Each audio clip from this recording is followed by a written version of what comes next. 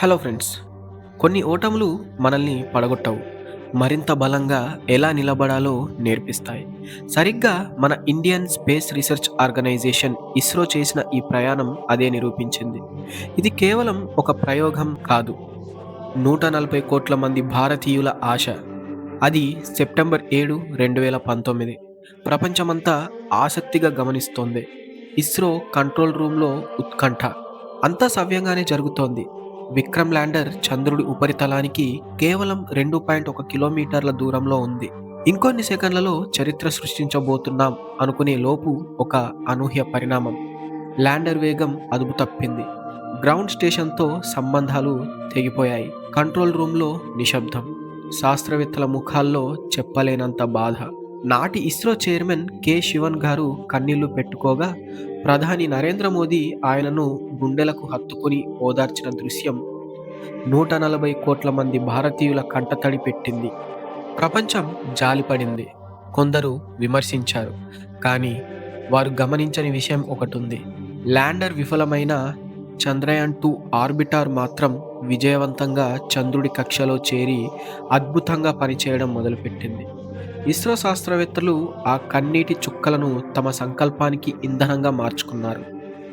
మనం ఎక్కడ ఆగిపోయామో అక్కడి నుంచే మళ్ళీ మొదలు పెడదాం అని నిర్ణయించుకున్నారు.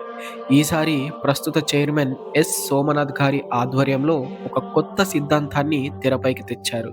అదే ఫెయిల్యూర్ బేస్డ్ డిజైన్.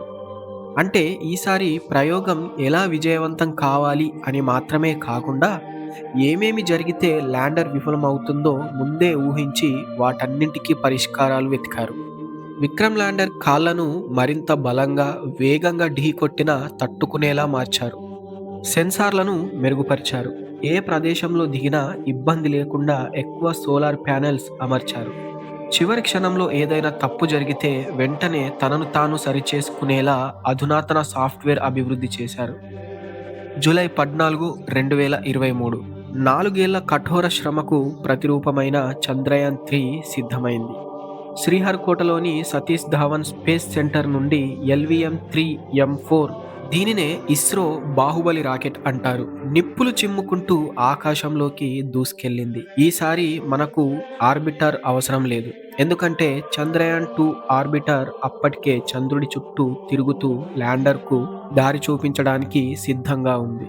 తక్కువ ఇంధనంతో భూమి మరియు చంద్రుడి గురుత్వాకర్షణ శక్తిని వాడుకుంటూ సుమారు 40 రోజుల సుదీర్ఘ ప్రయాణం సాగించింది. మన వ్యోమనౌక ఈసారి లక్ష్యం మరింత ప్రమాదకరమైంది. చంద్రుడి దక్షిణ ధ్రువం. అప్పటి వరకు అమెరికా, రష్యా, చైనా లాంటి అగ్రదేశాలు సైతం వెళ్ళడానికి సాహసించని చీకటి ప్రాంతం అది. అక్కడ వాతావరణం -200 డిగ్రీల సెల్సియస్ ఉంటుంది. ఎక్కడికక్కడ భయంకరమైన గుంతలు ఉంటాయి. సరిగ్గా మనకంటే కొద్ది రోజుల ముందు అదే ప్రాంతంలో దిగడానికి ప్రయత్నించిన రష్యా పంపిన లూనా 25 క్రాష్ అవ్వడంతో ప్రపంచవ్యాప్తంగా ఉత్కంఠ మరింత పెరిగింది. ఆగస్టు 23, 2023. సమయం సాయంత్రం 5:44.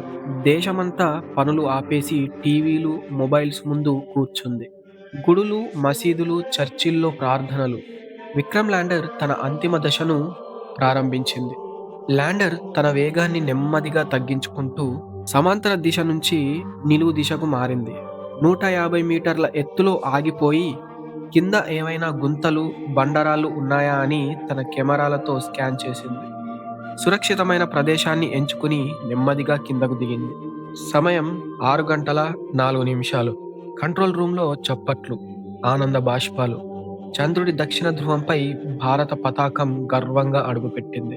ఇస్రో చైర్మన్ సోమనాథ్ గారి నోటి నుండి ఆ మంత్రం లాంటి మాటలు వచ్చాయి.